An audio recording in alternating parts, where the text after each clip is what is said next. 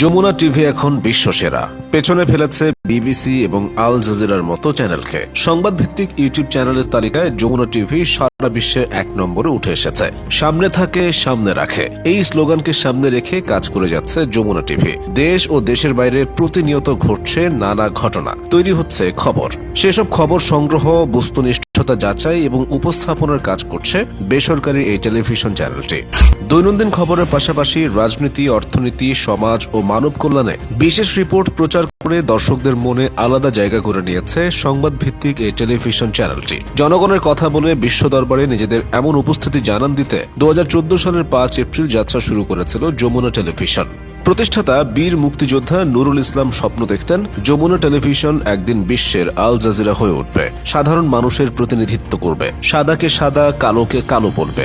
যমুনা টেলিভিশনের কর্মীদের তিনি উৎসাহ দিতেন পেশাদারিত্ব বজায় রেখে সৎ ও সাহসী সাংবাদিকতা করার। তাতেই ধরা পড়ল এমন সাফল্য। প্রতিষ্ঠার 10 বছর না পেরোতে যমুনা টিভির এমন সফলতার পেছনে রয়েছে অনেক অজানা গল্প।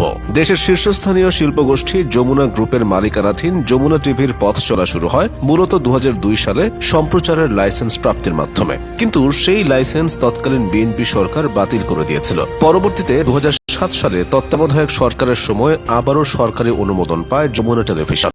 পরীক্ষামূলক সম্প্রচারে থাকা যমুনা টিভিকে 2009 সালের 19 নভেম্বর ফ্রিকোয়েন্সি ও যন্ত্রপাতি আমদানির অনুমোদন বাতিল সংক্রান্ত চিঠি দিয়েছিল বাংলাদেশের টেলিযোগাযোগ নিয়ন্ত্রক সংস্থা তথা বিটিআরসি। এরপরও পরীক্ষামূলক সম্প্রচার অব্যাহত রাখায় বিটিআরসি 2009 সালের 19 নভেম্বর যমুনা টিভির সম্প্রচার বন্ধ করে দেয়। এর প্রায় 5 বছর পর 2014 সালের 17 মার্চ টেলিভিশন চ্যানেলটি দ্বিতীয়বারের মতো পরীক্ষামূলক সম্প্রচারে আসে।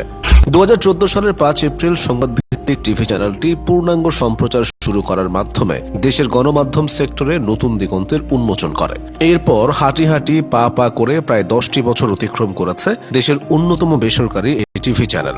নিয়মিত সম্প্রচার ছাড়াও সামাজিক যোগাযোগ মাধ্যম, ইউটিউব এবং ওয়েব পোর্টালের মাধ্যমে তথ্য এবং সংবাদ প্রচার করছে গণমাধ্যমটি। বর্তমানে যমুনা টিভিতে শতাধিক পেশাদার সাংবাদিক এবং গণমাধ্যম কর্মী কাজ করছেন। মহসিনুল হাকিম, সৈয়দ আবিদ হোসেন সামি, তাহমিদ অতিমের মতো ব্যক্তিত্বরা যমুনা টিভিকে এগিয়ে নিয়ে যাচ্ছেন।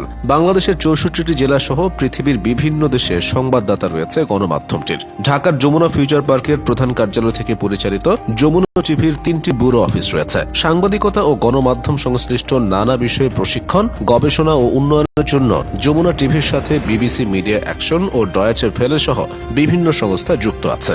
এছাড়াও বিভিন্ন বিশ্ববিদ্যালয়ের গণযোগাযোগ ও সাংবাদিকতা বিভাগের অনেক প্রশিক্ষণমূলক কাজে যুক্ত আছে টেলিভিশনটির সাংবাদিকেরা। বস্তুনিষ্ঠ সংবাদ প্রকাশের জন্য বিভিন্ন সময় নানা পুরস্কার অর্জন করেছে যমুনা টিভি। টেলিভিশন চ্যানেলটির সাফল্যের পেছনে সবচেয়ে বড় অবদান যমুনা গ্রুপের প্রতিষ্ঠাতা নুরুল ইসলাম বাবুলের। 2020 সালে নুরুল ইসলামের আকস্মিক পর তারই সহধর্মিনী অ্যাডভোকেট সালমা ইসলামকে যমুনা গ্রুপের নতুন চেয়ারম্যান হিসেবে মনোনীত করা হয়।